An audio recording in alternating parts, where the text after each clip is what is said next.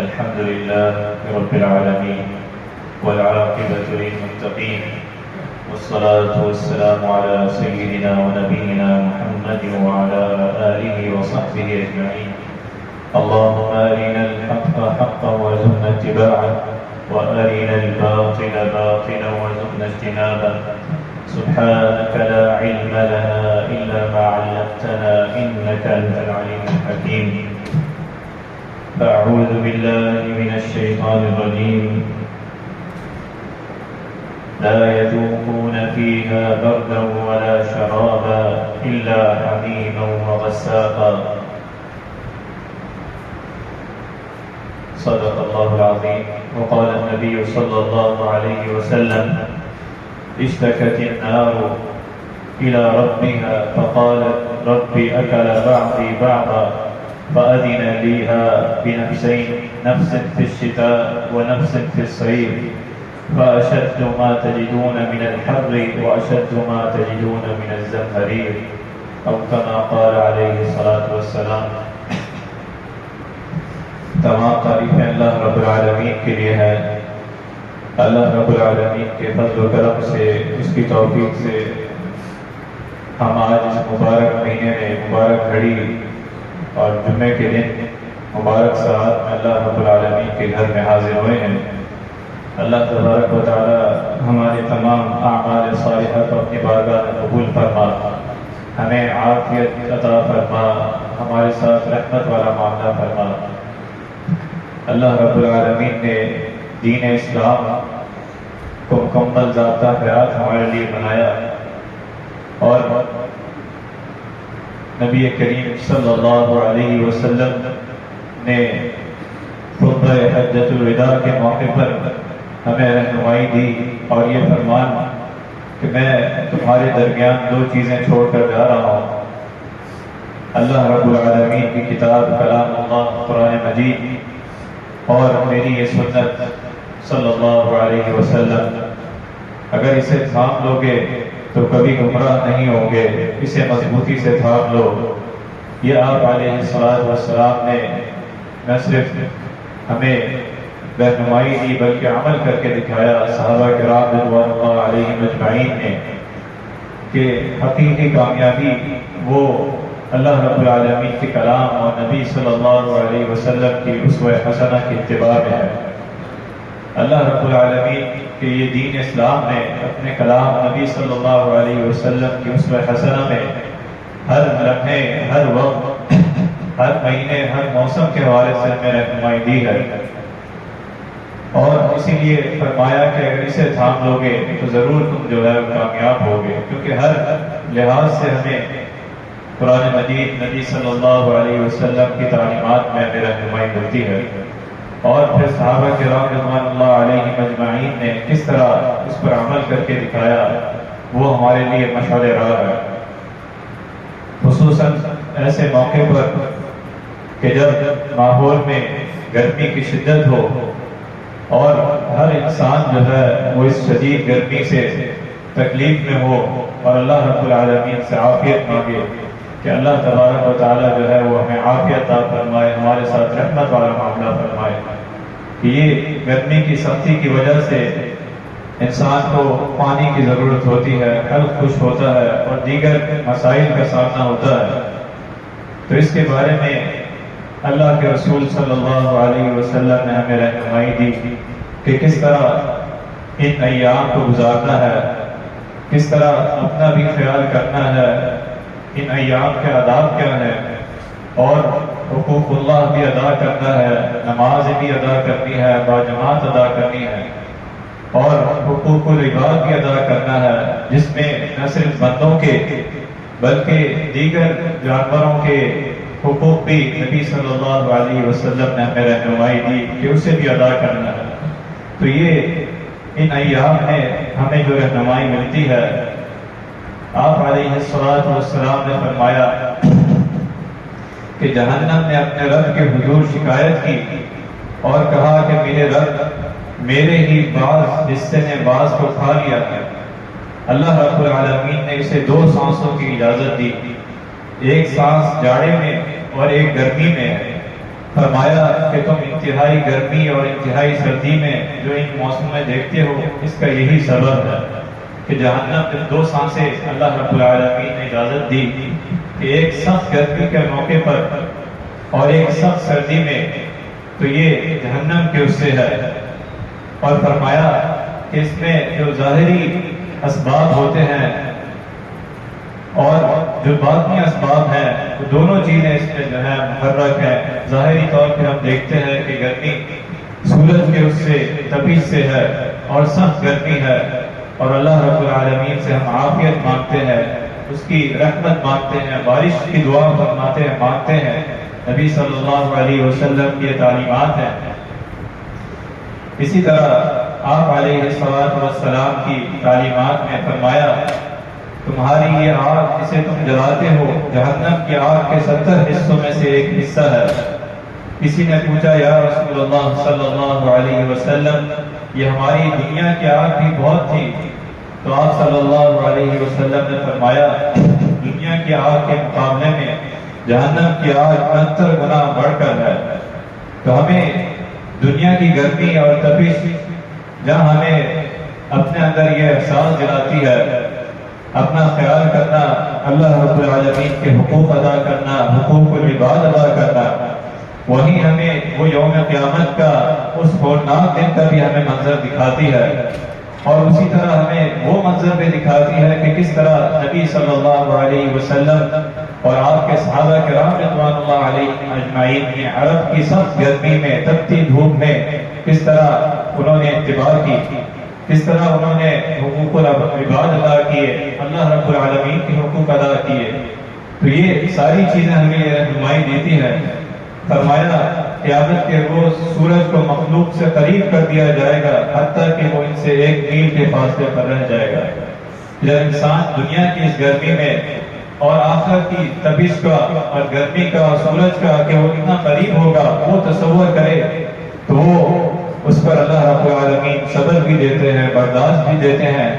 اور یہ تمنا اور یہ دعا بھی کہ اللہ رب العالمین ہمیں آخرت میں کامیاب فرما۔ آخرت کی گرمی جب فرمایا کہ سورج جو ہے اتنا قریب ہوگا کہ وہ 1 میل کے فاصلے پر رہ جائے گا، اس لیے ہمیں اللہ رب العالمین سے عافیت مانگنی چاہیے، اللہ رب العالمین سے رحمت مانگنی چاہیے، اور ہمیں دنیا میں رہتے ہوئے ان حالات میں، موسم میں آخرت کی کامیابی اللہ رب العالمین سے طلب کرنی چاہیے۔ وہ ہولناک دن،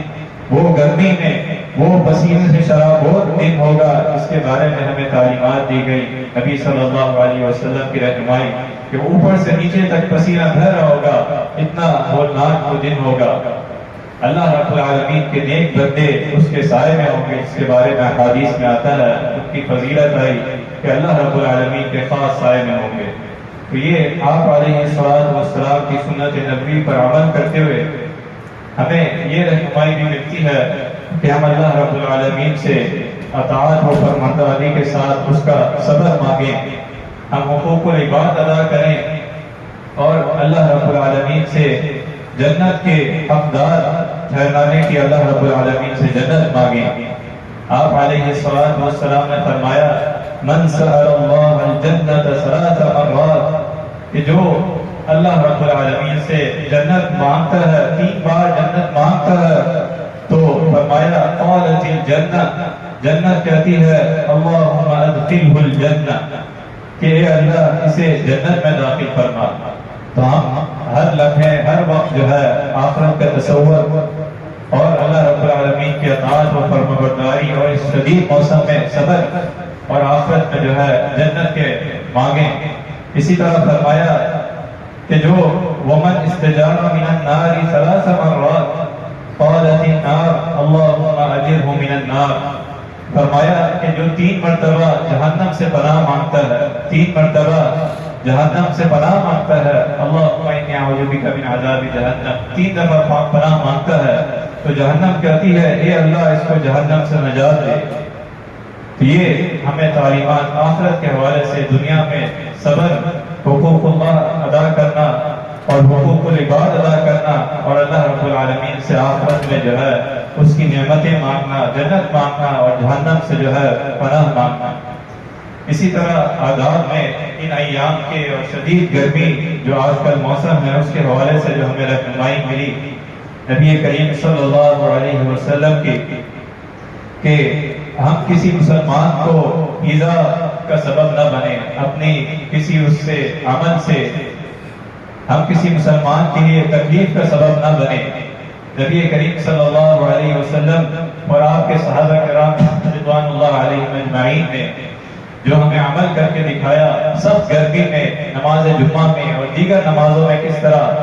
آپ علیہ السلام نے فرمایا۔ حضرت عبداللہ بن عمر رضی اللہ عنہ روایت کرتے ہیں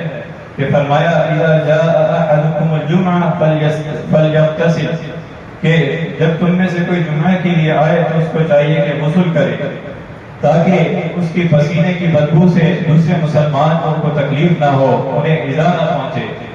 تو یہ نبی صلی اللہ علیہ وسلم کی تعلیمات ان ایام کے حوالے سے کہ جب وہ اللہ رب العالمین کے گھر میں آئیں، حقوق اللہ ادا کرنے آئیں، نماز باجماعت کے لیے آئیں، دیگر نمازوں میں خصوصاً نماز جمعہ میں بھی تو وہ اپنے پاک صاف خوشبو کا کہ ان کے ذریعے کسی مسلمان کو جو ہے وہ تکلیف اور ایذا کا سبب نہ بنے۔ اسی طرح آپ علیہ السلام کا یہ فرمان حقوق العباد کی ادائیگی میں فرمایا مزدور کا پسینہ خشک ہونے سے پہلے اس کی اجرت ادا کر دو۔ تو اس کا بھی خیال کرنا ہے کہ مزدور کس طرح سخت گرمی میں پسینے میں اپنا خون پسینہ محنت کرتا ہے، مزدوری کرتا ہے، اور وہ ہماری جیسا یہ ہم سب اللہ رب العالمین کے بندے ہیں، تو مزدوری ادا کرنا اور بس بر وقت ادا کرنا یہ حقوق العباد میں سے ہے۔ اسے نبی صلی اللہ علیہ وسلم نے ہمیں رہنمائی دی، اس کا خیال کرنا، لوگوں کے حقوق ادا کرنا اور بر وقت ادا کرنا، یہ دین اسلام میں نبی صلی اللہ علیہ وسلم کی رہنمائی ہے۔ اسی طرح سخت گرمی میں اور شدت کی گرمی میں آپ علیہ السلام نے دھوپ میں بیٹھنے سے منع فرمایا، خواہ مخواہ گرمی میں بیٹھنا، اس حوالے سے نبی صلی اللہ علیہ وسلم نے ہمیں منع فرمایا۔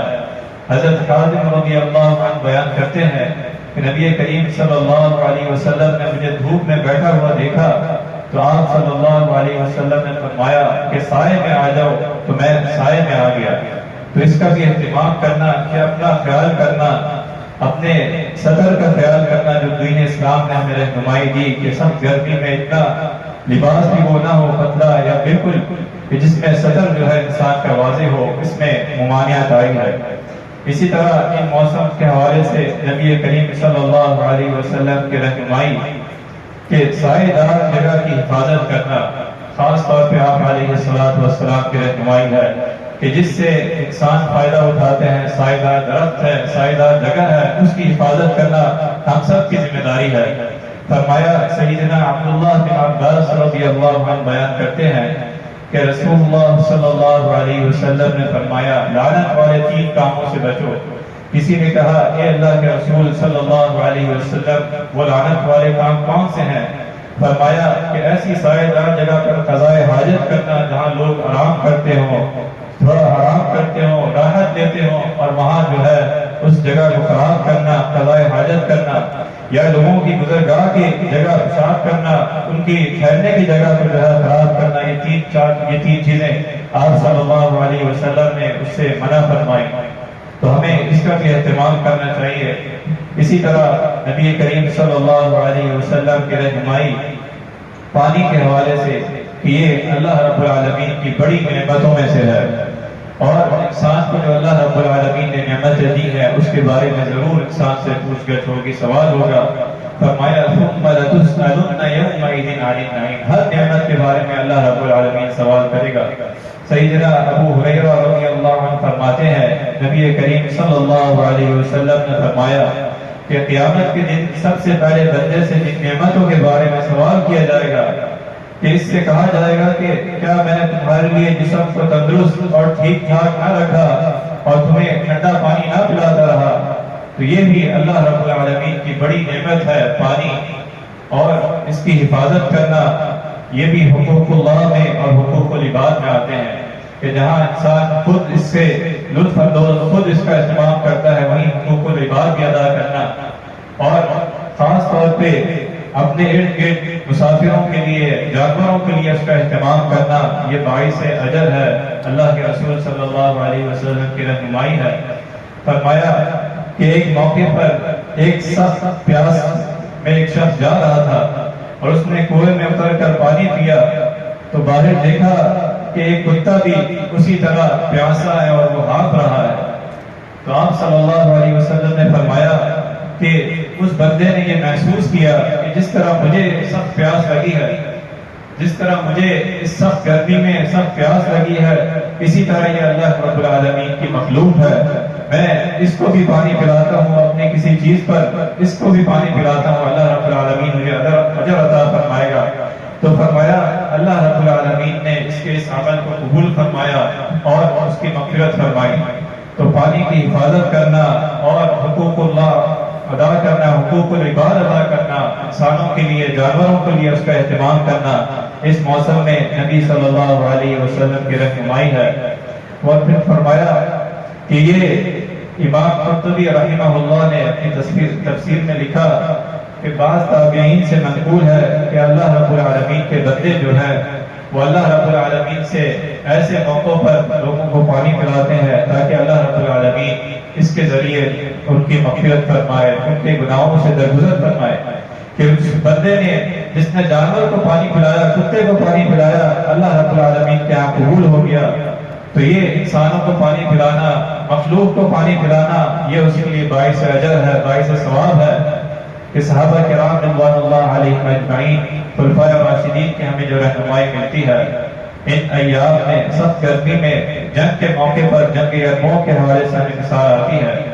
کہ ایک صحابی رضی اللہ عنہ اجمعین نے کہا کہ میں جا رہا تھا، میرے ہاتھ میں پانی کا مشکیزہ تھا، تو میں نے دیکھا کہ میرے چچا جو ہے وہ موت کے قریب ہے، میں ان کے پاس گیا پانی لے کر۔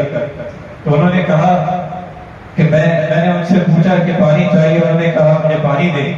جب ان کے قریب پہنچا تو ایک اور دوسرے صحابی وہ بھی موت کے قریب تھے، وہاں سے آواز آئی کہ مجھے پانی چاہیے۔ تو انہوں نے صحابی رضی اللہ عنہ اجمعین نے کہا کہ پہلے آپ اسے پانی پلائیے۔